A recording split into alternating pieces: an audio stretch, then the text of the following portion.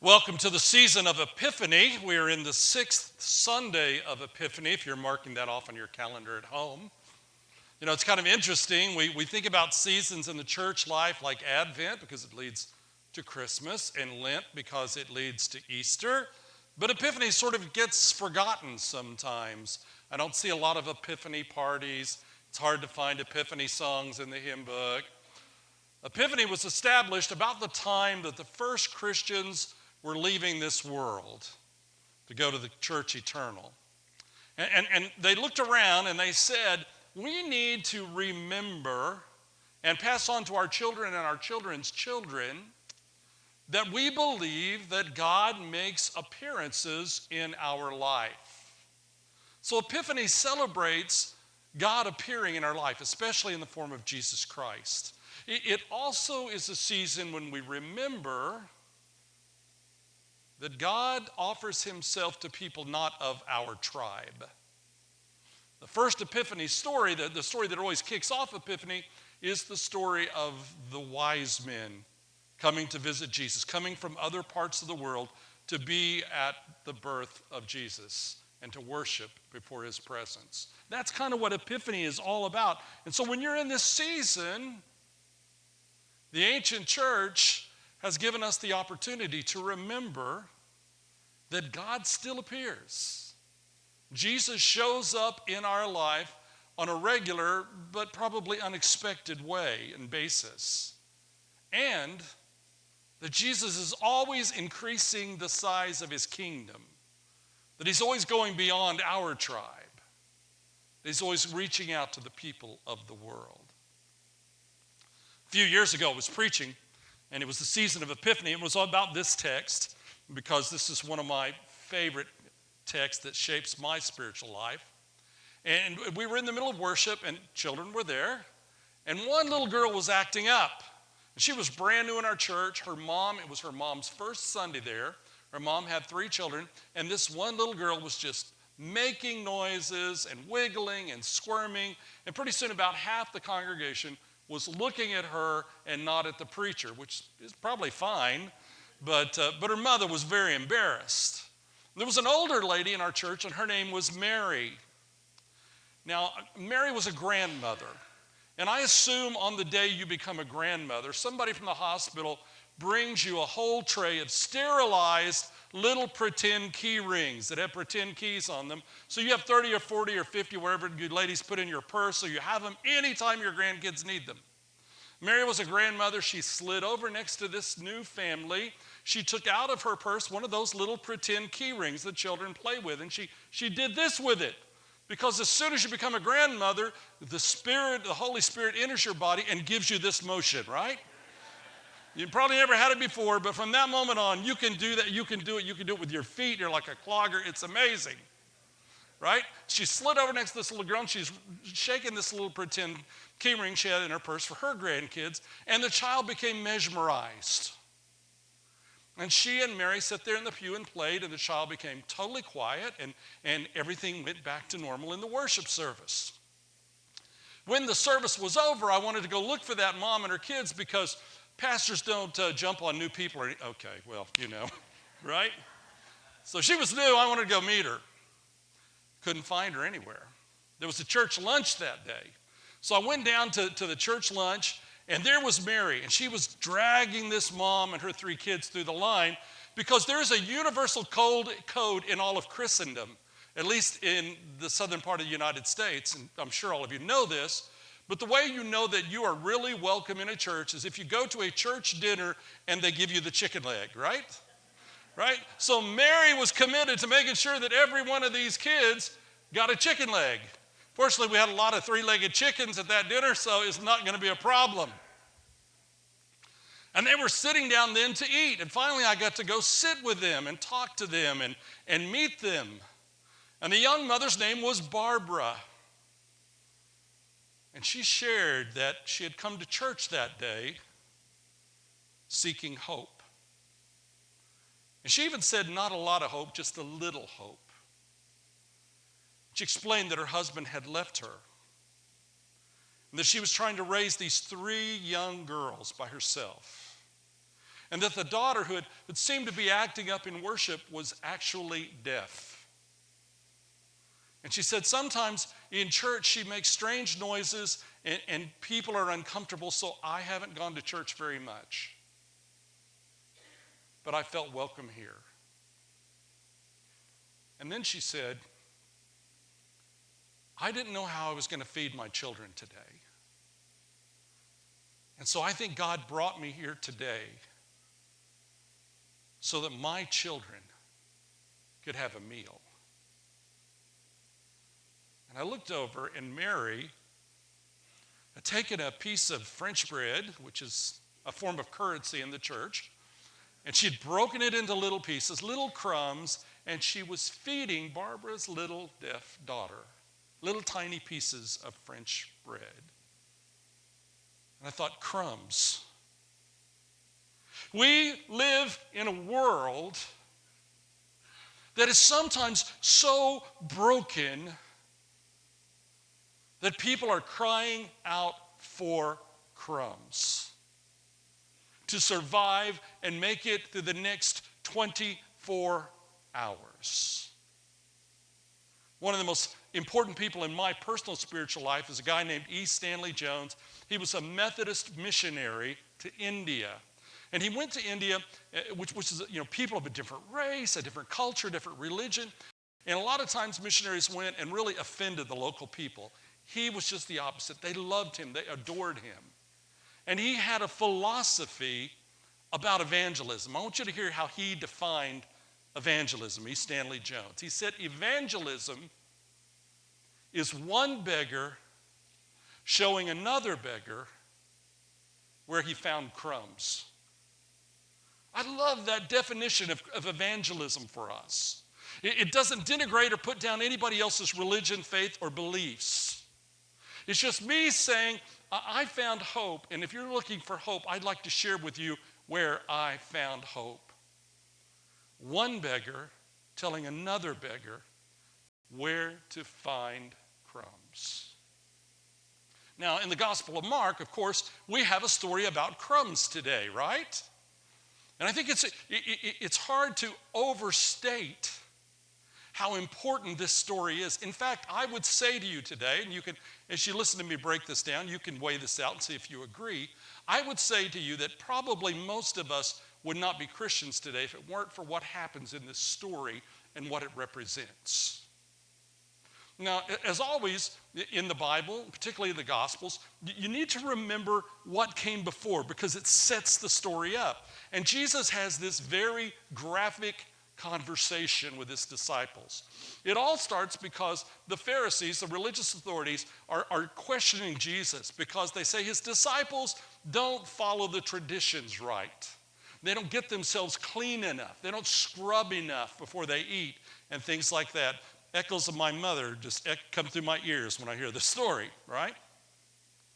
And Jesus says to these religious leaders, it's so interesting.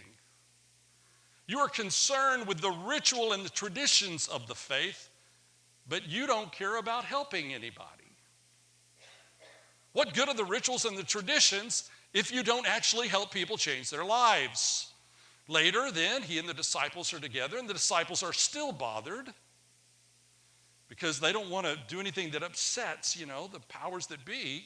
And they say, Jesus, we just don't quite get what you were saying. And so then Jesus gets very graphic. I can remember being a young Boy Scout on my first scout trip, and with older boys would be very graphic about things. And I learned a whole lot of stuff that my parents had not mentioned to me yet, right? And Jesus says to his disciples, it's not the food you take in that makes you dirty. None of the food, because they were all worried about what you eat, and they'd been raised, God's people only eat certain things. He said, none of that matters. Now, I don't know if you know how revolutionary that was to the disciples. They'd been taught their whole life they were special because they were Israel. Israel only ate certain foods. That was one of the signs of being Israel, and they had a favored place in the world because of that. And now Jesus says, none of that matters. And then he gets really graphic, and I won't be literal with you, although it's tempting. He says, it's not what goes in you that makes you dirty, it's the stuff that comes out of you. And literally in the Greek, he says, and goes in the latrine. It's actually a little more graphic than that, but you get the idea. It's really interesting because Jesus is saying that we can experience the world and find hope and God's presence anywhere in it. But what do we return to the world in which we live? What do we pass on to the world around us? Now that's the setup for the story. So now Jesus goes north into the northern part of Israel to the headwaters of the Jordan, an area that's always been hotly contested. I've stood on that border quite a few times, right? You know, where Israel and Lebanon and Syria come together. It's always a scary place to be. Almost every time you're there, you can hear artillery fire, you can hear planes dropping bombs. At one point, I remember one year we were there, and you could just hear missiles just all the time going back and forth in Lebanon. It's a tough border, and it was a tough border in Jesus' time. And for a Jew to leave Israel and go there was especially unheard of. Right? Rabbis didn't do that. Jesus was a rabbi. He was a holy man. They didn't defile themselves by going into a foreign country.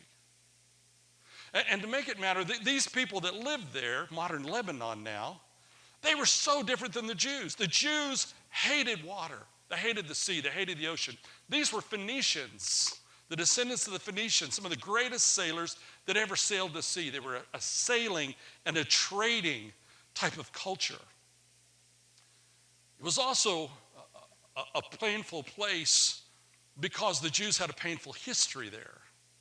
Once upon Elijah had been there just north of Mount Carmel, and a princess from that region had married the Jewish king Ahab. Her name was Jezebel. You might have heard of her. I have baptized hundreds of children, and no one has ever asked me to baptize their child with the name Jezebel. So I think there's some echo of what she's about, right? This was the land of Jezebel. Now, Elijah did good things there. He raised a child from the dead. He administered to a grieving mother there. But what the Jews really remembered was Jezebel. This is where she came from. She married Ahab, the Jewish king, and they killed the prophets of God. And she raised up a religion where Baal, a god named Baal, was worshipped.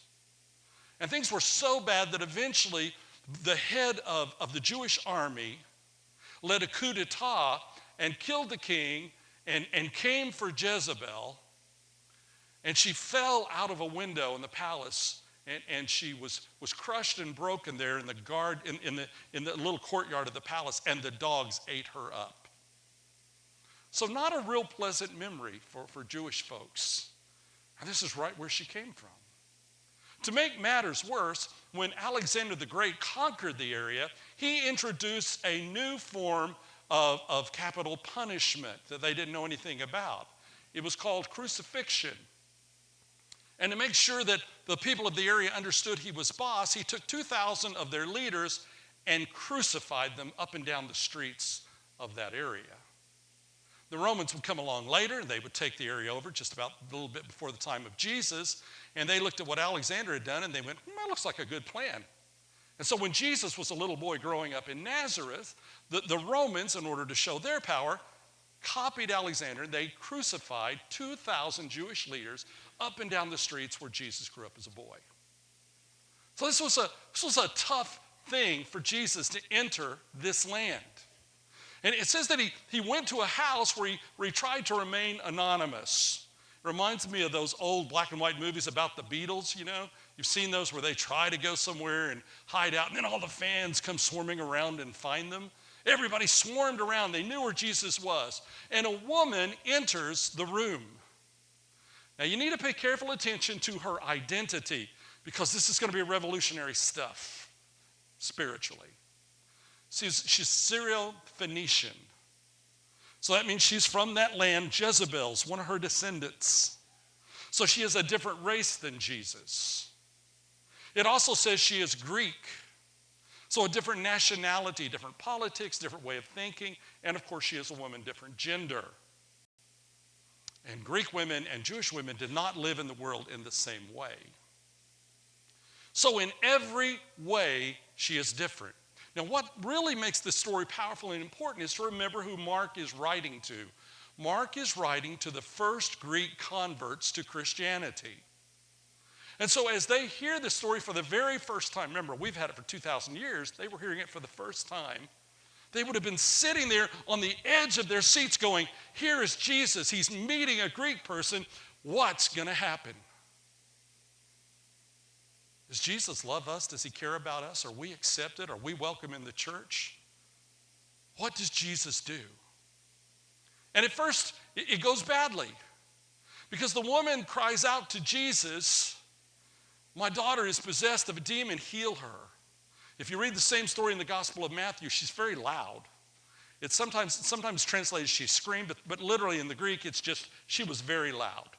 I come from a loud family. I understand what that's about. Right? You need to heal my child, she says. And Jesus looks at her and says, why would I take the crumbs that belong to the children and give them to the dogs? Now, that's not a very Jesus-y thing to say, right? In fact, there are even people who say, well, I think this whole story ended up in the Bible by mistake. But hang with me a minute. In the Middle East then, and in the Middle East today, if you call someone a dog, it's about the most terrible insult you can make. It's kind of like using the B word. If you don't know what the B word is, good for you. Right? It's that, or even worse. It's the worst thing you can call a person, especially a woman, in the Middle East, even today. And that's what Jesus has apparently said to her. And you can just imagine his disciples are going, yeah, way to go, Jesus. Put her in her place. Everybody knows that Israel's at the top of the food chain and everybody's below us. Way to go, Jesus. You tell her how awful she is. And you can imagine Mark's Greek audience hearing those first lines thinking, so that's how Jesus looks at us? Like dogs? It's interesting in the church, there's a great debate right now about who's in and who's out. We go through these cycles in the church about trying to define who's in and who's out. Sometimes we do it on race, we've done it on gender, we do it on age, now we're doing it on sexual orientation. All I can tell you is that, so when the church defines itself by who it's against, the church dies. And when the church defines itself by who it's for, the church grows and is healthy. That's all I know. So think about this story carefully. Because Jesus has left his tribe, he has crossed the border, and he's now with someone completely different than he is. And apparently he's just insulted her. Now, my wife and I grew up in families that on the outside look very similar, but the way we communicate is very different. In my wife's family, no matter how mad you were at somebody, you told them they were wonderful, right? You never said anything negative about anybody or anything. Now, you might go back in your room and kick the couch or something, but you didn't say it to them publicly. Everything was just good all the time. My family's different. My family loved to argue and debate. In fact, if you walk out on the front porch with someone in my family, you say it's a beautiful day, they'll say, prove it. And if they don't challenge you, that means that you're not worth their time and they really don't even like you. So two different ways of communicating and thinking. When Preeti and I got married, we had to work out what that means in our marriage. And we're still working on it 30 years into it. That's the way what was happening here. You have on one side the Jewish culture where if you insult somebody, that stays with them forever. It taints them forever. And Jesus has apparently just done that to this woman. But in the Greek culture, it's completely different. In the Greek culture, everybody debates. Men, women, children. It's a way of saying to people in the community, you are significant, you matter, your opinion matters. Let's discuss it, let's debate it, let's see what we can figure out. Sort of like in my family.